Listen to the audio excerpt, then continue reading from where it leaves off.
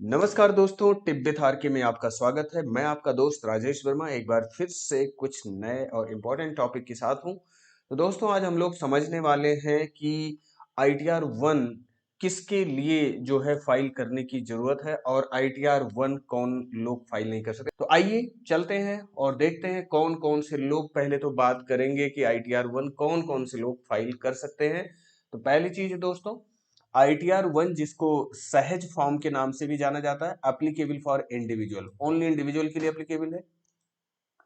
इस केस में this return is applicable for resident other than not ordinary resident. तो यहाँ पे देखिए केवल रेजिडेंट की बात हो रही है। Individual having total income from any of the following source up to ₹50 lakh. तो दोस्तों अगर आप रेजिडेंट इंडिविजुअल हैं, आपकी 50 लाख तक इनकम है, और कहां कहां से वो इनकम होनी चाहिए? सैलरी या पेंशन से आपकी इनकम है, वन हाउस प्रॉपर्टी होनी चाहिए, वहां से आपकी income. Other source, other source में जहां पे इंटरेस्ट वगैरह, आपके डिपॉजिट्स वगैरह, एफडी वगैरह पे इंटरेस्ट है, फैमिली पेंशन और डिविडेंड वगैरह कहीं से आप रिसीव कर रहे हैं, या एग्रीकल्चर इनकम अप टू 5000। तो कहने का मतलब इन चार तरीके से अगर आपकी इनकम है और अप टू 50 लाख है, तो ऐसे केस में आप ITR 1 सहज फॉर्म फाइल करेंगे। ओके, तो ये तो बात क्लियर हो गई कि कौन लोग ITR 1 फाइल करेंगे। अब यहाँ पे एक चीज ध्यान रखना, जिसकी टोटल इनकम 50 लाख से ऊपर होती है दोस्तों, उसके लिए ITR 1 नहीं है। उसके लिए फिर दूसरा ITR 2 जो है सजेस्ट किया गया, उसके ऊपर हम लोग बाद में बात करेंगे, ठीक है। तो आइए अब अगला कॉन्सेप्ट देखते हैं कि ITR 1 कौन लोग फाइल नहीं कर सकते। तो जिसमें पहली बात अगर हम करें, तो अगर आप किसी कंपनी में डायरेक्टर हैं, किसी कंपनी के डायरेक्टर हैं, तो आप ITR 1 फाइल नहीं कर सकते हैं।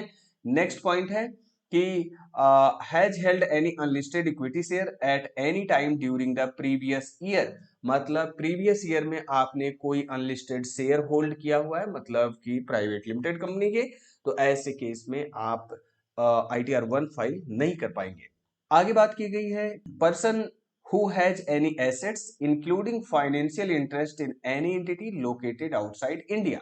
मतलब कि दोस्तों अगर आपका कोई फाइनेंशियल इंटरेस्ट आउटसाइड इंडिया है, मतलब इंडिया से बाहर किसी एसेट्स में आपका इंटरेस्ट है, मतलब किसी बैंक अकाउंट में आपकी साइनिंग अथॉरिटी है, किसी अकाउंट से रिलेटेड आपकी आउटसाइड इंडिया में साइनिंग अथॉरिटी है, तो ऐसे केस में आप ITR 1 फाइल नहीं कर पाएंगे।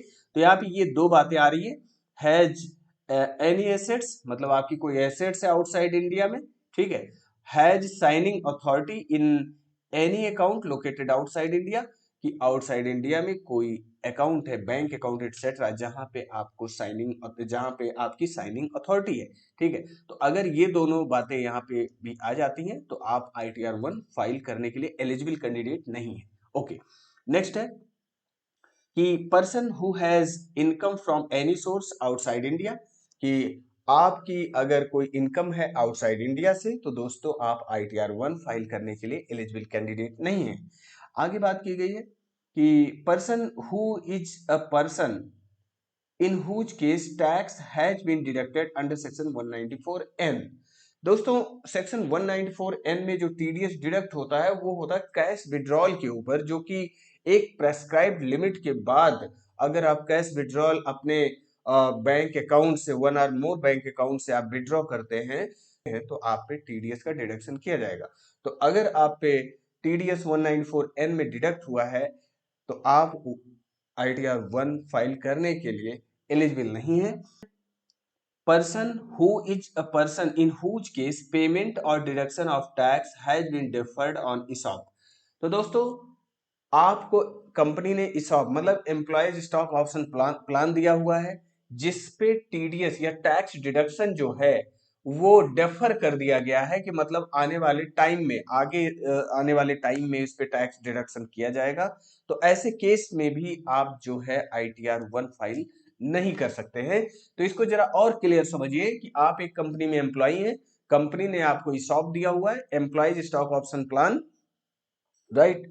तो ऐसे केस में एम्प्लॉय स्टॉक ऑप्शन प्लान के अगेंस्ट में अगर कोई टैक्स डिडक्शन डिफर किया गया है, मतलब ऑन द टाइम डिडक्ट नहीं हुआ, डिफर किया गया है, तो ऐसे केस में ITR 1 आप फाइल नहीं कर सकते हैं। अगला है जो पॉइंट, वो है आपका कि a person who has any brought forward loss or losses to be carried forward under any head of income। तो दोस्तों, अगर आपके पास कोई ब्रॉड फॉरवर्ड लॉस है, लाइक बिजनेस लॉस है, लाइक कैपिटल गेन लॉस है, कैपिटल एसेट्स वगैरह transfer करके, तो ऐसे केस में कुल मिला जुला के आप ITR 1 फाइल नहीं कर सकते, क्योंकि उसके लिए कुछ प्रेस्क्राइब्ड ITR के फॉर्म और बताए गए हैं, उसके लिए आप एलिजिबल होंगे, वो ITR आप फाइल करेंगे। दोस्तों, उम्मीद करता हूं ये वीडियो आपको अच्छी लगी होगी। अगर वीडियो अच्छी लगी है तो प्लीज लाइक करें और चैनल को सब्सक्राइब करें for latest video. Thank you very much. Thanks for watching this video.